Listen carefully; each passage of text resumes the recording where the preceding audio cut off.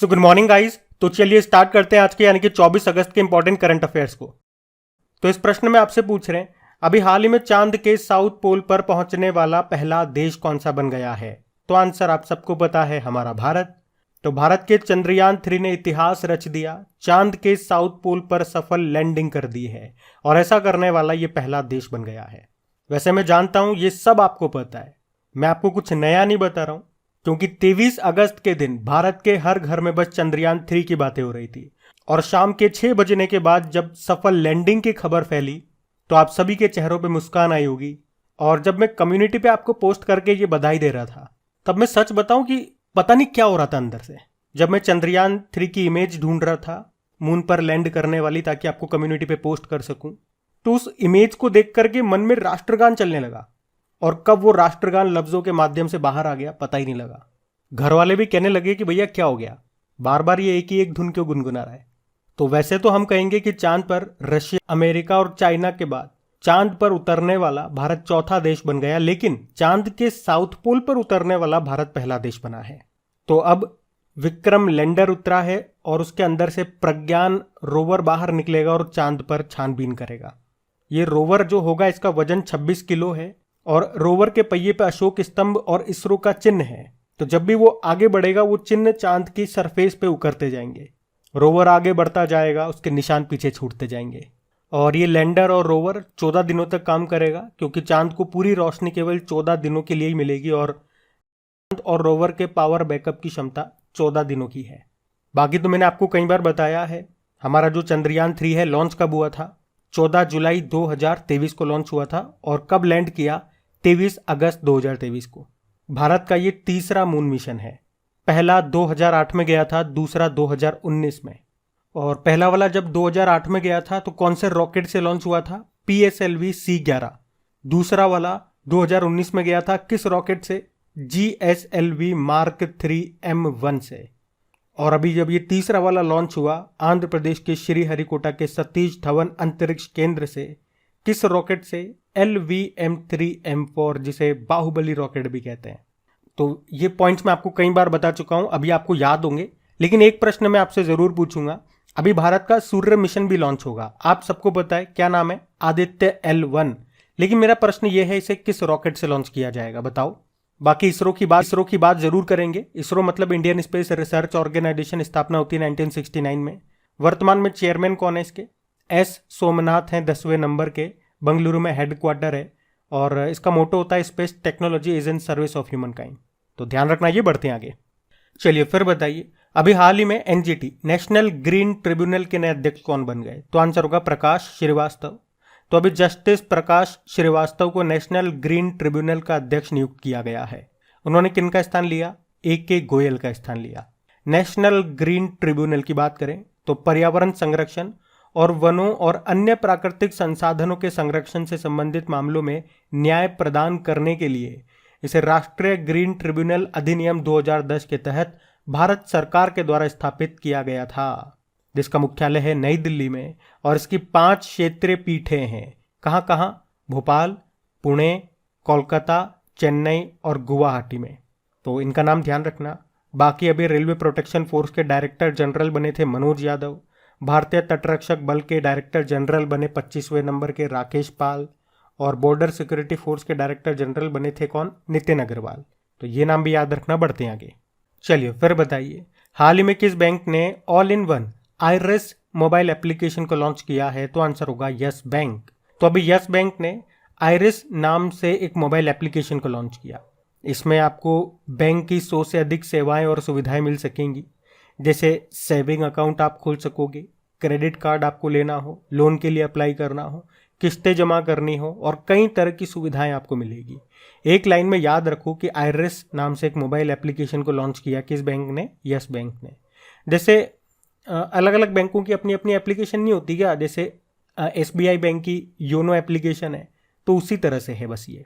देखो yes bank की बात करें, स्थापना 2004 में होती है, हेडक्वार्टर मुंबई में है, MD CEO प्रशांत कुमार हैं और इसकी टैगलाइन जरूर याद रखना, अभी नई टैगलाइन आई है इसकी, लाइफ को बनाओ रिच।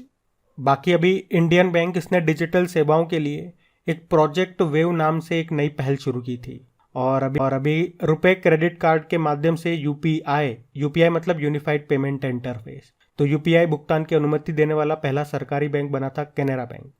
और भारत की पहली पॉकेट साइज स्वाइप मशीन माइक्रोपे को लॉन्च किया था एक्सिस बैंक ने। तो ये पॉइंट्स भी ध्यान रखना, बढ़ते हैं आगे। अच्छा, लेकिन जाने से पहले एक प्रश्न मैं आपसे ज़रूर पूछूंगा, ये बड़ा इंटरेस्टिंग प्रश्न है, कई बार एग्जाम में भी पूछा जा चुका है कि हमारी जो आंख होती है, आई, इसका कलर कौन डिसाइड करता है, या इसके कलर के लिए कौन रिस्पॉन्सिबल होता है। किसी की आंखें नीली होती है, किसी की ब्राउन होती है ना, कहते हैं ना किसी की बिल्ली जैसी आंखें हैं, किसी की कैसी आंखें हैं, तो उस आंखों के कलर के लिए कौन रिस्पॉन्सिबल होता है, ये आप मुझे उत्तर दो। अब हम बढ़ते हैं आगे। फिर बताइए, अभी हाल ही में किसे थाईलैंड के नए प्रधानमंत्री के रूप में चुना गया? तो आंसर होगा श्रेथा थाविसिन को। तो थाईलैंड के नए प्रधानमंत्री बन गए हैं श्रेथा थाविसिन, तो इनका नाम याद रखना। वैसे आप जानते हो थाईलैंड की कैपिटल बैंकॉक है, और बैंकॉक से करंट अफेयर्स का प्रश्न याद आएगा आपको। इसी साल नवंबर 2023 में तीसरा विश्व हिंदू सम्मेलन होगा बैंकॉक में, ये याद रखना। बाकी यहाँ की करेंसी थाई बहत है, और प्रधानमंत्री तो ये बनी गए श्रेथा थाविसिन। अच्छा, थाईलैंड के साथ भारत कोई एक्सरसाइज करता है क्या, मिलिट्री एक्सरसाइज? तो आप कहोगे हाँ करता है, सिट मैक्स एक्सरसाइज। लेकिन इसमें 3 देश होते हैं, एस से सिंगापुर, आई से इंडिया और थी से थाईलैंड, ये ध्यान रखना आप जरूर। बाकी अभी जानते हो लातविया के पहले समलैंगिक राष्ट्रपति बने एडगर रिंकेविक्स, और ये अभी यूरोपियन यूनियन के पहले खुले तौर पर समलैंगिक राष्ट्रपति भी चुने गए। बाकी ग्रीस के प्रधानमंत्री बने अभी किर्याकोस मित्सोताकिस, और फिनलैंड के प्रधानमंत्री बने थे ये पेटेरी ऑर्पो। तो ये नाम भी न्यूज में थे, ध्यान रखना, बढ़ते हैं आगे। चलिए फिर बताइए, हाल ही में खेलो इंडिया महिला लीग का नाम बदलकर क्या कर दिया गया? तो आंसर होगा अस्मिता महिला लीग। तो हमारे केंद्रीय युवा मामले और खेल मंत्री हैं अनुराग सिंह ठाकुर। अभी उन्होंने कहा है कि अब से खेलो इंडिया वुमेन्स लीग को अस्मिता महिला लीग के रूप में मान्यता दी जाएगी। यहाँ पे अस्मिता का मतलब भी है achieving sports milestone by inspiring women through action. तो ये आप पॉइंट ध्यान रखना। वैसे खेलो इंडिया प्रोग्राम, खेलो इंडिया कार्यक्रम की शुरुआत कब होती है? 2018 में। अच्छा, अभी मैं आपको याद दिलाऊं तो खेलो इंडिया विंटर गेम्स 2023 हुआ था इस साल के स्टार्टिंग में। कहाँ पे? जम्मू कश्मीर के गुलमर्ग में, जिसमें जम्मू कश्मीर पहले स्थान पे था। और अभी खेलो इंडिया यूथ गेम्स का 5वां संस्करण हुआ था मध्य प्रदेश में, जिसका शुभंकर मैस्कोट क्या था? आशा, और उसमें पहले स्थान पे महाराष्ट्र था। उसी तरह खेलो इंडिया यूनिवर्सिटी गेम्स का 3रा संस्करण हुआ था अभी उत्तर प्रदेश में, जिसमें शुभंकर मैस्कोट क्या था? जीतू, जो रिप्रेजेंट करता है बारासिंगा को, और ये बारासिंगा उत्तर प्रदेश का राजकीय पशु भी है। और इसमें पहले स्थान पे पंजाब यूनिवर्सिटी था। तो ये पॉइंट्स भी आप ज़रूर याद रखना, बढ़ते हैं आगे। चलिए फिर बताइए, अभी राजस्थान के 5वें बाघ अभ्यारण्य को मंजूरी दे दी गई, ये कहाँ पर स्थित है? तो आंसर होगा धौलपुर करौली। तो अभी राजस्थान ने अपना 5वां बाघ अभ्यारण्य हासिल कर लिया है, क्योंकि राष्ट्रीय बाघ संरक्षण प्राधिकरण ने धौलपुर करौली रिजर्व को अपनी अंतिम मंजूरी दे दी है। तो ये नया बाघ अभ्यारण्य 1058 वर्ग किलोमीटर में फैला हुआ है, और इसे धौलपुर करौली टाइगर रिजर्व के रूप में नामित किया गया है। इससे पहले राजस्थान का 4था टाइगर रिजर्व कौन सा बना था? रामगढ़ विषधारी अभ्यारण्य, जो बूंदी में है, और ये देश का 52वां टाइगर रिजर्व भी बना था। अच्छा, आप मुझे बताओ देश का 53वां टाइगर रिजर्व कौन सा बना था? जब तक एक बार मैं आपको राजस्थान के सारे टाइगर रिजर्व के बारे में रिवाइज करवाऊं, तो एक तो यहाँ पे मुकुंदरा हिल्स टाइगर रिजर्व मिलेगा, रणथंबोर टाइगर रिजर्व मिलेगा, सरिस्का टाइगर रिजर्व हो गया, और ये रामगढ़ वाला 4था था, और ये धौलपुर करौली वाला 5वां होगा। और मैंने अभी आपसे पूछा था भारत का 53वां टाइगर रिजर्व कौन सा था, जो कि उत्तर प्रदेश का 4था था। कौन सा? Ranipur tiger reserve. और वैसे टाइगर डे हम कब मनाते हैं? 29 जुलाई को। और अभी टाइगर्स पे रिपोर्ट आई है, जिसमें हमने देखा था कि सबसे ज़्यादा टाइगर कहाँ पर हैं, तो मध्य प्रदेश में ही है, जिसलिए तो उसे टाइगर स्टेट ऑफ इंडिया कहते हैं। लेकिन हैं कितने, संख्याओं में कितने हैं? रिपोर्ट के अनुसार बात करें तो 785 हैं। दूसरे नंबर पे कर्नाटक है। ऐसे याद रखो, देखो टाइगर सबसे ज़्यादा मध्य प्रदेश में, ये आपको याद है। दूसरे नंबर पे कर्नाटक में, लेकिन अभी हाथियों पे रिपोर्ट आई थी, उसमें हमने देखा था सबसे ज़्यादा हाथी कर्नाटक में है। और किस टाइगर रिजर्व में सबसे ज़्यादा टाइगर बताए गए? तो जिम कॉर्बेट टाइगर रिजर्व में कितने हैं? 260 हैं। और एवरेज टोटल कितने टाइगर है भारत में? तो 3682 है। ये रिपोर्ट के अनुसार मैं आपको बता रहा हूँ, ये ध्यान रखना डेटा। बढ़ते हैं आगे। चलिए फिर बताइए, हाल ही में भारत ने कहां पर पहली हाइड्रोजन ईंधन सेल बस सेवा शुरू की? तो आंसर होगा लेह। तो अभी भारत की पहली हाइड्रोजन फ्यूल सेल बस सेवा ये लेह लद्दाख में शुरू हो गई है। इसे शुरू कौन कर रहा है? एनटीपीसी, भारत की सबसे बड़ी बिजली उत्पादक कंपनी है। और एनटीपीसी यहाँ पे टोटल 5 हाइड्रोजन बसों का संचालन करेगी। और इसमें अशोक लेलैंड की भागीदारी भी है, क्योंकि उसी की कंपनी की बसें हैं। इसमें एक बस की कीमत 2.5 करोड़ रुपए है। और एनटीपीसी ने कहा कि वह अपनी CSR बजट के माध्यम से परियोजना का वित्त पोषण करेगा। अच्छा, हाइड्रोजन की कई बार हम लोग बात करते हैं, तो हाइड्रोजन के खोजकर्ता कौन थे? पहले हम इसकी बात कर लें। तो हेनरी कैवेंडिश नाम याद रखना। और हाइड्रोजन के कितना आइसोटोप्स मतलब समस्थानिक होते हैं? तो आंसर होगा 3। आइसोटोप्स का मतलब क्या हो गया? मतलब उनकी परमाणु संख्या तो सेम होती है, पर परमाणु भार अलग अलग होता है। तो 3 कौन कौन से? जैसे कि 1H1, 1H2 और 1H3। क्या क्या बोलते हैं? 1H1 को आप प्रोटियम बोलते हो, 1H2 को ड्यूटेरियम और 1H3 को ट्राइटियम। आपको याद है विश्व में पहली हाइड्रोजन ट्रेन ये कहां पे चली थी? जर्मनी में। और एशिया की पहली कहां चलाई गई थी, या दुनिया की दूसरी? चाइना में। और दिसंबर 2023 तक भारत में भी चल जाएगी। और कहां पे चलेगी भारत में सबसे पहले? तो आंसर होगा हरियाणा में। और बताओ, भारत का पहला हाइड्रोजन इंटरनल कंबशन इंजन जिसका नाम है H2 आइस, इस ट्रक को किसने बनाया? रिलायंस ने। और भारत सरकार पहला वेस्ट टू हाइड्रोजन प्लांट कहां पे बनाएगा? तो आंसर होगा पुणे में। और भारत का पहला शुद्ध हरित हाइड्रोजन प्लांट कहां शुरू हुआ? असम में। और भारत का पहला बायोमास आधारित हाइड्रोजन प्लांट ये कहां पे स्थापित हुआ? मध्य प्रदेश के खंडवा जिले में। और अभी साउथ कोरिया ने भी दुनिया का सबसे बड़ा hydrogen fuel cell power plant का उद्घाटन किया था। वैसे भारत के ऊर्जा स्वतंत्र बनने का लक्ष्य कब का है? 2047। लेकिन नेट जीरो एमिशन का लक्ष्य है 2070 का। तो ध्यान रखना ये। बढ़ते हैं आगे। चलिए फिर बताइए, अभी हाल में विश्व पैरा पावर लिफ्टिंग चैंपियनशिप 2023 में पहला स्वर्ण पदक किसने जीता? तो आंसर होगा हनी डबास। लेकिन बात करें कि world para power lifting championship, इसका आयोजन कहाँ हुआ? दुबई में। और भारत के लिए ये पहला गोल्ड जीता है हनी डबास ने। इनके अलावा राहुल जोगराजिया ने सिल्वर जीता है। और ये प्रश्न इसलिए भी इंपॉर्टेंट हो जाता है क्योंकि आज तक इस चैंपियनशिप में भारत ने न तो कभी गोल्ड जीता न कभी सिल्वर जीता। इससे पहले भारत ने 2021 में केवल ब्रोंज मेडल जीता था। और इस बार हमने इतिहास रचा, गोल्ड भी जीत लिया और सिल्वर भी जीत लिया। और दोनों नाम मैंने आपको बता दिए। हनी डबास ने तो गोल्ड जीता और राहुल ने सिल्वर जीता। तो इनके नाम जरूर याद रखना। बढ़ते हैं आगे। चलिए फिर बताइए, हाल ही में दास व्यापार और उनके उन्मूलन की स्मृति के लिए अंतर्राष्ट्रीय दिवस अभी कब मनाया गया? तो आंसर होगा अभी 23 अगस्त को। तो इसे इंग्लिश में बोलेंगे international day for the remembrance of the slave trade and it's abolition. और ये हर साल 23 अगस्त को मनाया जाता है।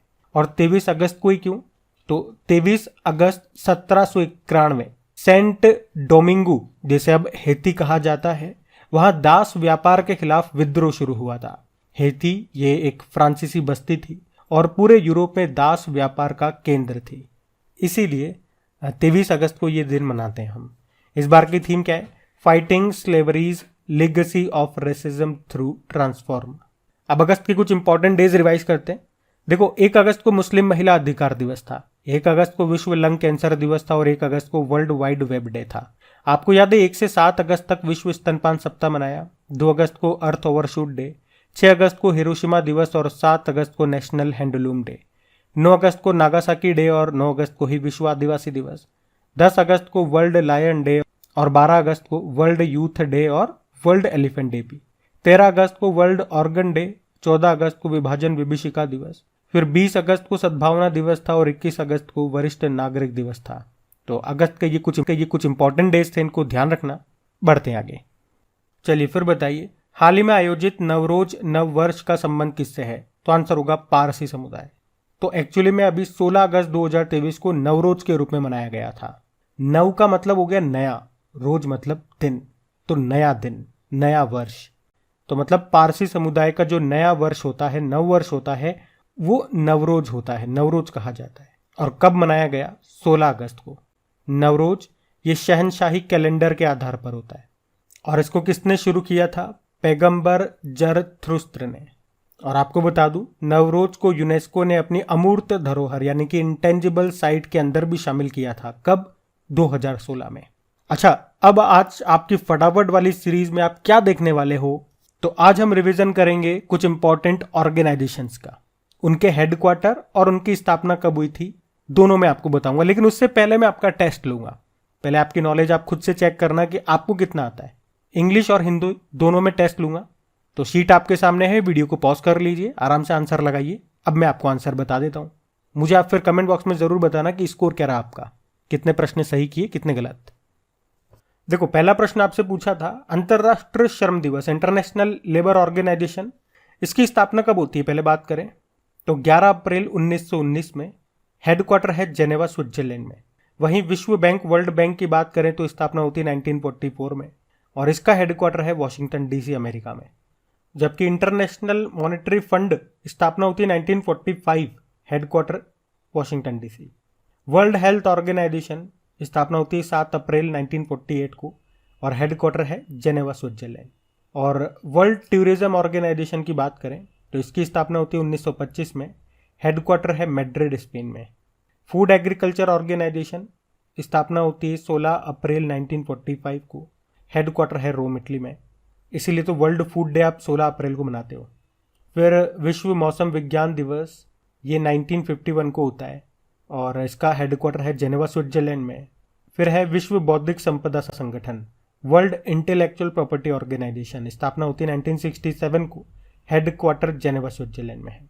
और अंतर्राष्ट्रीय परमाणु ऊर्जा अभिकरण, मतलब इंटरनेशनल एटॉमिक एनर्जी एजेंसी, इसकी स्थापना होती है 1957, हेडक्वार्टर वियना, ऑस्ट्रिया में है। अच्छा, आप लोग मुझे बताओ, ये वियना किस नदी के किनारे स्थित है? बाकी अंतर्राष्ट्रीय समुद्री संगठन यानी कि इंटरनेशनल मैरीटाइम ऑर्गेनाइजेशन, इसकी स्थापना होती है 1948 में, और हेडक्वार्टर है लंदन में। तो ये थी आज की कुछ इंपॉर्टेंट एक्सरसाइजेस। आप मुझे बताओ 10 में से कितने प्रश्नों के उत्तर आपके सही रहे। और ये फटाफट वाली सीरीज में आपके लिए लेकर के आता हूँ, ये आपके लिए बहुत बेनिफिशियल है, क्योंकि ये करवाने से पहले जो मैं आपका टेस्ट लेता हूँ उससे आपकी असलियत आपको पता चलती है कि बाकी कुछ और भी इंपॉर्टेंट ऑर्गेनाइजेशन है, उनको हम कल लेंगे। और वाकई अगर सेशन अच्छा लगता है तो इसे अपने दोस्तों के साथ में शेयर जरूर किया कीजिए। आप लोग, जितनी मैं अपनी जान लगाता हूँ, टाइम लगाता हूँ सेशन को बनाने में, उतना मैं आपसे कुछ नहीं मांग रहा हूँ बदले में। सिर्फ इतना सा कह रहा हूँ, अपने दोस्तों तक, अपने स्टडी ग्रुप में इस सेशन को, मेरी मेहनत को शेयर कर दो एक बार, क्योंकि स्टूडेंट्स जुड़ेंगे तो मुझे भी बताने में चीज़ों को, नई नई चीज़ें आपको बताने में मुझे ही मजा आएगा। और डेली 8 PM वाला जो करंट अफेयर्स का आपका टेस्ट में लेकर के आ रहा हूँ, डेली 10 इंपॉर्टेंट क्वेश्चन होते हैं जनवरी से लेकर अभी तक, वो आप जरूर लगाया करें। उसमें आप मक्कारी मत करें, इसलिए मैं 10 क्वेश्चन ही रख रहा हूं ताकि आपका ज्यादा समय ना जाए, केवल मात्र 1 से 2 मिनट जाएंगे आपके। उससे आपको अपनी असलियत पता चलेगी कि जिन करंट अफेयर्स को पढ़ने के लिए आप डेली आधा आधा घंटा या कहीं और पढ़ रहे हो तो 1 से 1.5 घंटा लगा रहे हो, तो जब उनका टेस्ट आपका लिया जाएगा तो क्या परफॉर्मेंस है आपका, वो 1 से 2 मिनट का टेस्ट आपकी, यूं कहूं कि असलियत बता देगा, आपको अपने आप से रूबरू कराएगा वो टेस्ट। और अभी भी लाइक नहीं किया तो सेशन को लाइक कर देना। हो सकता है कभी कभी मैं कड़वा बोल देता हूं, लेकिन सच कड़वा ही होता है मेरे दोस्त। चलो अभी कल का करंट अफेयर्स भी मैं आपको रिवाइज करा दूं। तो पहला प्रश्न आपसे पूछा था, चुनाव आयोग ने चुनावी प्रक्रिया में मतदाताओं की अधिक भागीदारी को प्रोत्साहित करने के लिए किसे राष्ट्रपति के रूप में चुना? सचिन तेंदुलकर। फिर आपसे पूछा ओणम फेस्टिवल मनाया गया केरल में। फिर आपसे पूछा दक्षिण पूर्व एशिया के सबसे बड़े अलवणीकरण संयंत्र की आधारशिला कहाँ रखी? तमिलनाडु। फिर पूछा अभी 15वां ब्रिक्स शिखर सम्मेलन 2023 का आयोजन हुआ कहाँ? South Africa. फिर पूछा अभी हिलेरी तूफान ने अमेरिका के किस राज्य में तबाही मचाई? तो कैलिफोर्निया। फिर पूछा सुलभ इंटरनेशनल के संस्थापक का निधन हो गया, नाम बताओ? बिंदेश्वर पाठक। फिर पूछा लूना 25 किस देश का मिशन था जो चंद्रमा पर क्रैश हो गया? रशिया। फिर पूछा केंद्रीय पशुपालन और डेयरी मंत्री पुरुषोत्तम रूपाला ने ए हेल्प कार्यक्रम कहाँ शुरू किया? गुजरात। फिर पूछा G20 डिजिटल आर्थिक कार्य समूह की डिजिटल आर्थिक मंत्री स्तरीय बैठक का आयोजन कहाँ हुआ? बंगलुरु। फिर पूछा विश्व जल सप्ताह कब मनाया? 20 से लेकर 24 अगस्त तक। अब कल का होमवर्क प्रश्न देखते हैं और सेशन एंड करते हैं। तो कल के वीडियो में पूछा था किस भारतीय स्टार्टअप को द अर्थ शॉट पुरस्कार 2022 से सम्मानित किया गया? तो आंसर होगा खेती। ये हैदराबाद का स्टार्टअप है, तो ध्यान रखना। तो आप सभी ने प्रश्न का बिल्कुल सही उत्तर दिया। अब ये रहा आज का आपका होमवर्क प्रश्न।